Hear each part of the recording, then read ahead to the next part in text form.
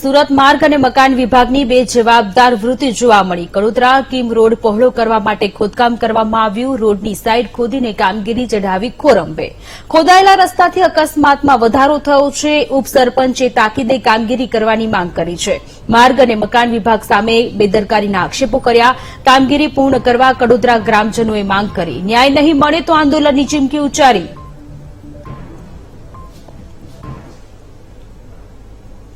આ રોડનું કામકાજ 3 થી 4 મહિનાથી ચાલુ કરવામાં આવ્યું છે, પણ અત્યાર સુધીમાં એવું ઢબ પડી ગયું છે કે કોઈ કામ ચાલતું નથી ને રોજના એક્સિડન્ટ થાય છે। અત્યારે હાલમાં પણ એક્સિડન્ટ થયું છે, પણ એટલું ખતરનાક એક્સિડન્ટ થયું કે ગાડીના નુકસાન ઘણું થયું છે, પણ તે કંઈ કામમાં એ થયું, કોઈનું જાનહાનિ થયું નથી।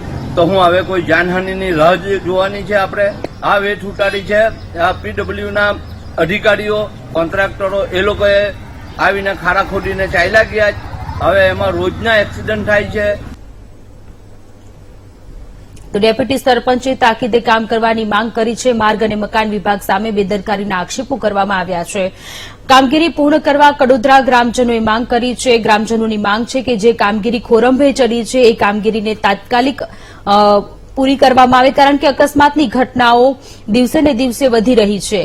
માર્ગ મકાન વિભાગની આજે બે જવાબદારી ભરી વૃત્તિ છે, તેને લઈને ગામના લોકોમાં રોષ જોવા મળી રહ્યો છે। રસ્તો એ ખૂબ ગંદી હાલતમાં છે। રોડનું કામ અધૂરું છે। ખોદાયેલા રસ્તાથી અકસ્માત થવાની સંખ્યામાં પણ વધારો થયો છે। રોજ એકાદો અકસ્માત થાય છે તેવું ગામના લોકોનું કહેવું છે। સંવાદદાતા નિર્મળ આપણી સાથે જોડાયેલા છે। નિર્મળ, માર્ગ અને મકાન વિભાગ દ્વારા જે કામગીરી કરવામાં આવી, રોડ બનાવવાની કામગીરી છે, એ કામગીરીને લઈને ગામના લોકોમાં રોષ છે, કારણ કે ઘણા લાંબા સમયથી આ કામગીરી ચાલી રહી છે પણ પૂર્ણ નથી થઈ।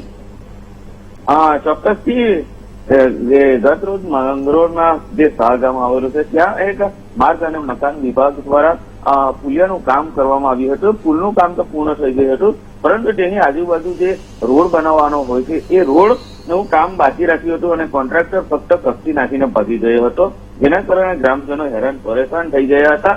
ત્યારે માર્ગ ગત રોજ જે શાહગામના લોકો છે તેમણે વિરોધ કર્યો હતો, જેના કારણે વીટીવીની ટીમ જે માર્ગ અને મકાન વિભાગના અધિકારી છે તેમની પાસે પહોંચી હતી અને તેમની પાસે સત્યતા જાણવાનો પ્રયાસ કર્યો હતો। ત્યારે તેમણે જણાવ્યું હતું કે આ જે કામ હોળીનો તહેવાર આવેલો હતો, જેના કારણે જે મજૂર હતા તે મજૂરો પોતાના વતન પરત ફર્યા હતા અને લગ્ન સિઝન હોવાથી મજૂરો આવી શક્યા ન હતા, પરંતુ વીટીવીના અહેવાલની અસર માર્ગ અને મકાન વિભાગના અધિકારીઓ પર જોવા મળી હતી અને આજે મજૂરો આવી જતા તેઓ દ્વારા આ જે રોડનું કામ હતું એ ચાલુ કરી દેવામાં આવ્યું છે, જેના કારણે ગ્રામજનોએ પણ વીટીવીનો આભાર માન્યો હતો। જી, આભાર તમામ વિગતો માટે નિર્મળ।